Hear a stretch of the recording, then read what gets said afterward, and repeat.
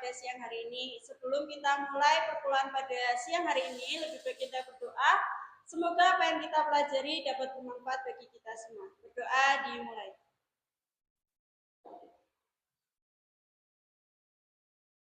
Berdoa selesai.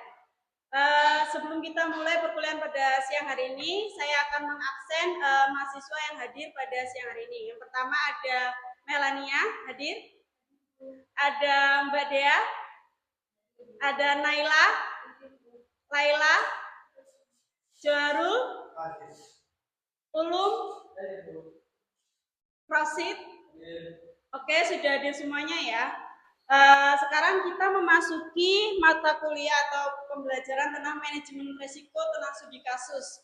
Kalau kita belajar di minggu kemarin, kita sudah membahas yaitu pengertian, terus habis itu pembelajaran tentang penerapan manajemen risiko. Nah, sekarang kita akan masuk ke studi kasus. Saya nanti akan memberikan satu kasus yang ada di Indonesia. Nanti kita akan bagi kelompok, dibagi 3 ya, karena di sini ada sekitar 10 mahasiswa, jadi kita dibagi 3. Nah, setelah itu kita diskusi, lalu presentasi sedikit ke depan tentang studi kasus yang saya paparkan. Paham di sini? Oke.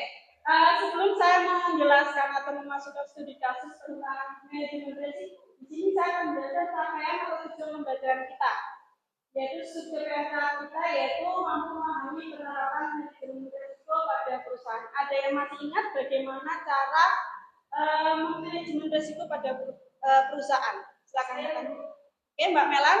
Jadi tahapan manajemen risiko itu ada 5. Yang pertama yaitu identifikasi risiko, kemudian yang kedua analisis risiko, yang ketiga ada evaluasi risiko, yang keempat strategi mitigasi risiko, dan yang terakhir implementasi dan tindak lanjut. Oke, benar ya. Berarti kalian masih ingat pembelajaran kita minggu kemarin yaitu tentang penerapan manajemen risiko. Pertama, tadi sudah dijelaskan yaitu identifikasi jenis-jenis risiko, terus mengukur risikonya, terus menganalisis penyebab dampak dan risikonya, terus yang terakhir yaitu menyusun strategi mitigasi risiko dan adanya tindak lanjut. Itu ya, kan?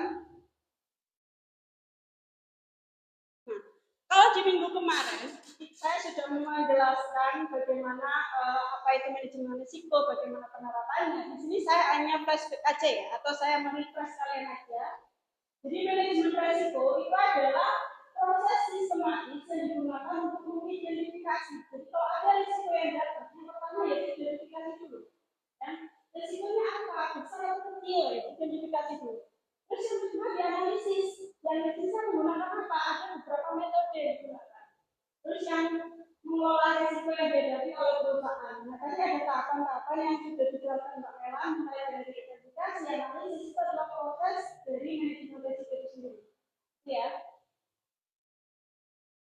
Selanjutnya, ini yang inti ya, kita masuk ke studi kasus atau nanti kita belajar diskusi bagaimana sih kita mengidentifikasi resikonya, terus analisisnya, evaluasinya dan sebagainya. Ini ada kasus di sistem mobile banking pada bank syariah.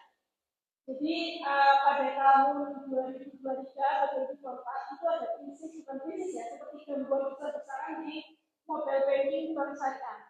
Dan kita baca kasusnya, sebuah bank syariah nasional mengalami gangguan sistem mobile banking selama 3 minggu. Itu jangka waktu yang panjang ya kalau dibuat perbankan. Nasabah tidak dapat melakukan transfer, pembayaran tagihan, pembayaran pulsa maupun pengecekan saldo. Akibatnya ribuan keluhan muncul di media sosial dan pusat layanan pelanggan mengalami lonjakan panggilan hingga 300%. Jadi karena ada keluhan-keluhan itu kan biasanya ada call center. Itu panggilannya itu melonjak sampai 300%. Karena jangka waktunya dari banyak di 3 minggu. Nah, gangguan tersebut disebabkan oleh kegagalan migrasi sistem teknologi informasi karena pada saat itu Bank Syariah pada tahun 2021 kan baru migrasi menjadi Bank Syariah Indonesia atau BSI ya. Nah, mereka juga baru belajar dan baru migrasi tentang sistem informasinya. Jadi banyak sekali gangguan di tahun 2003 sampai 2024. Selain menimbulkan kerugian finansial, kejadian ini juga menurunkan tingkat kepercayaan nasabah terhadap bank. Jadi ini kasus yang terjadi di 2023-2024. Nah, tugas kalian adalah ini, melakukan proses manajemen resiko. Mulai dari identifikasinya bagaimana, analisisnya bagaimana, evaluasinya bagaimana, strategi mitigasi resikonya bagaimana, yang terakhir yaitu tindak lanjutnya bagaimana. Paham di sini? Paham ya? Kalau tidak ada pertanyaan atau kalian sudah paham, silakan dibagi kelompok. Satu kelompok cukup 3 orang aja, nggak perlu banyak-banyak. Kalian bisa melakukan dari kasus ini, melakukan tahapan-tahapan 5 tersebut. Paham ya?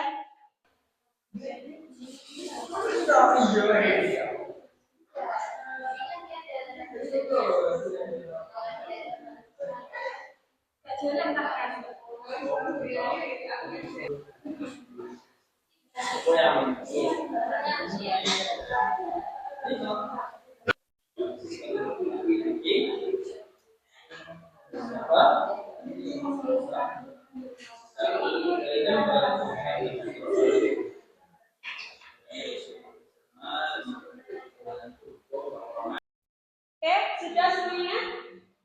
Kalau sudah, dari hasil diskusi yang kalian diskusikan tadi, silakan satu orang aja untuk mempresentasikan hasil diskusi. Tapi di sini saya akan membagi. Kelompok satu akan mempresentasikan tentang satu identifikasi resikonya sama analisis resiko.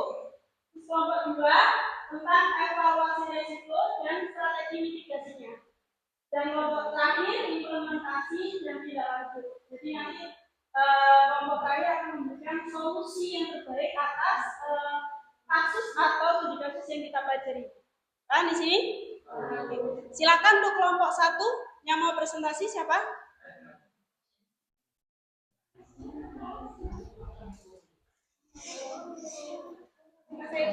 Ya, maju aja.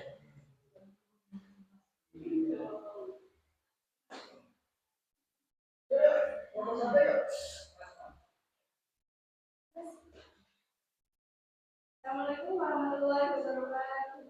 Waalaikumsalam. Baik teman-teman, langsung saja di sini saya akan sedikit mempresentasikan terkait identifikasi risiko dari studi kasus yang sebelumnya sudah dijelaskan oleh Bu Asas, yakni gangguan sistem mobile banking pada bank syariah.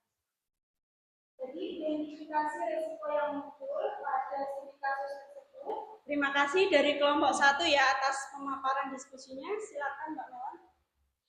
Oke, nanti kita ada tahap tanya jawab ya di belakang. Sekarang kita presentasi dulu hasil diskusi. Setelah itu nanti kita ada diskusi lebih lanjut dan tanya jawab. Silakan kelompok kedua. Evaluasi resiko dan strateginya bagaimana?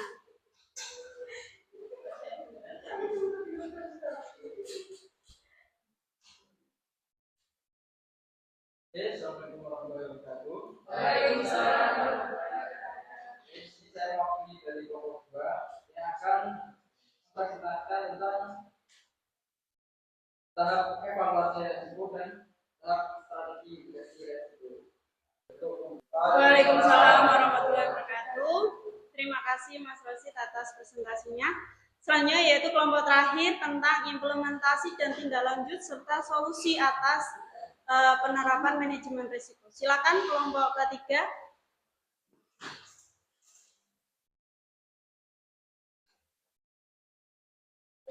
Assalamualaikum warahmatullahi wabarakatuh. Waalaikumsalam warahmatullahi wabarakatuh.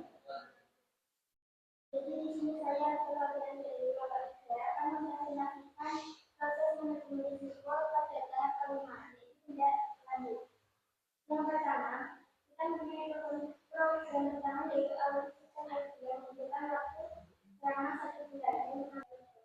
Waalaikumsalam warahmatullahi wabarakatuh. Terima kasih dari semua kelompok ya sudah mempresentasikan hasil diskusi kita tentang proses manajemen risiko di suatu perusahaan atau tadi kasusnya itu tentang gangguan mobile banking pada bank syariah. Terima kasih tadi sudah diskusi ya. Dari diskusi kita tadi saya mengapresiasi kalian sangat bagus ya, bagaimana cara kalian mengidentifikasinya, bagaimana kalian menganalisisnya berdasarkan metode yang kita sudah pelajari, sampai tadi kelompok terakhir memberikan solusi, ya kan? Jadi kalau kalian terjun langsung ke dunia perusahaan atau manajemen, itu emang awalnya mengevaluasi terus berikan solusi yang terbaik bagaimana, gitu ya. Nah, dari kasus yang kita pelajari tadi, yaitu tentang mobile banking tadi ya, nah, di sini ada tingkat resiko dalam perusahaan berdasarkan kepentingannya. Jadi tadi dijelaskan oleh kelompok 2, ada yang tinggi, ada yang ekstrim, terus ada yang sedang, ada yang rendah. Itu memang terjadi di seluruh perusahaan, ya kan? Yang pertama yaitu mungkin di skala rendah dulu, ya kan? Rendah itu mungkin dari dampaknya itu mungkin dampaknya tidak terlalu signifikan, terus nanti masuk lagi ke resiko sedang atau medium. Setelah itu ada namanya resiko tinggi. Contohnya di sini resiko operasional yang dapat menyebabkan kerugian finansial. Nah, kalau sudah masuk ke skala ekstrim, ya, ini berarti masuk ke bangkrutan. Contoh misalnya terjadi kebakaran, itu yang menyebabkan gedung habis-habisan, terus file-filenya hangus dan sebagainya, itu masuk ke tahap resiko ekstrim karena sudah mengalami kebangkrutan. Mungkin kerugiannya sudah 1M, 2M dan sebagainya. Gitu ya. Nah, ini ada contoh-contoh resiko pada perusahaan yang tadi berdasarkan tahapan-tahapan ya. Nah, alat metode manajemen resiko yang bisa kalian gunakan kalau misalnya kalian terjun di dunia perusahaan atau dunia manajemen, yang pertama bisa menggunakan analisis SWOT, ya, terus analisis probabilitas dampaknya, yang terakhir yaitu analisis kualitatif maupun kuantitatif. Ini bisa menggunakan SPSS dan sebagainya. Nah, ini adalah strategi-strategi tadi sudah dijelaskan oleh kelompok 3, yaitu solusi yang diambil. Pertama, kita bisa menghindari resiko tersebut. Yang kedua, mengurangi resiko, dan yang ketiga, membagi resiko. Membagi resiko apa ya? Berarti masuk ke asuransi, seperti yang saya jelaskan ke minggu kemarin. Oke, dari sini apakah ada yang ditanyakan lagi? Silakan. Ya, silakan Mbak. Terima kasih atas waktunya. Dari analisis yang sudah dilakukan, mengapa kebutuhan sistem mobile banking termasuk resiko operasional? Oke, terima kasih. Makasih Mbak Vira atas pertanyaannya. Jadi pertanyaan yang bagus ya. Mengapa gangguan mobile banking tadi itu termasuk dalam kategori resiko operasional? Karena di sini adalah melibatkan internal sendiri. Yang pertama yaitu resiko adalah efek ketidakpastian terhadap tujuan. Terus yang kedua, resiko dapat bersifat positif maupun negatif. Jadi resiko itu tidak hanya berdampak negatif ya, tapi juga bisa berdampak positif. Terus yang ketiga yaitu manajemen resiko merupakan proses sistematis untuk mengelola resiko itu sendiri. Yang keempat, tujuan utama manajemen resiko adalah melindungi organisasi atau perusahaan dan mendukung pencapaian tujuan. Yang terakhir yaitu manajemen resiko yang efektif membantu organisasi menjadi lebih tangguh dan berkelanjutan. Manajemen resiko juga terkandung di dalam surat Al-Hasyr ayat 18 yang mengatakan bahwa wahai orang-orang yang beriman, bertakwalah kepada Allah dan hendaklah setiap orang memperhatikan apa yang telah diperbuatnya. Oke, kalau tidak ada pertanyaan lagi atau diskusi lagi, saya akhiri ya. Sekian dari saya. Terima kasih sudah bergabung di mata kuliah manajemen resiko. Semoga apa yang kita pelajari pada siang hari ini dapat bermanfaat bagi kalian semua. Akhirul kalam, wa muwaffiq ila muthariq. Assalamualaikum warahmatullahi wabarakatuh.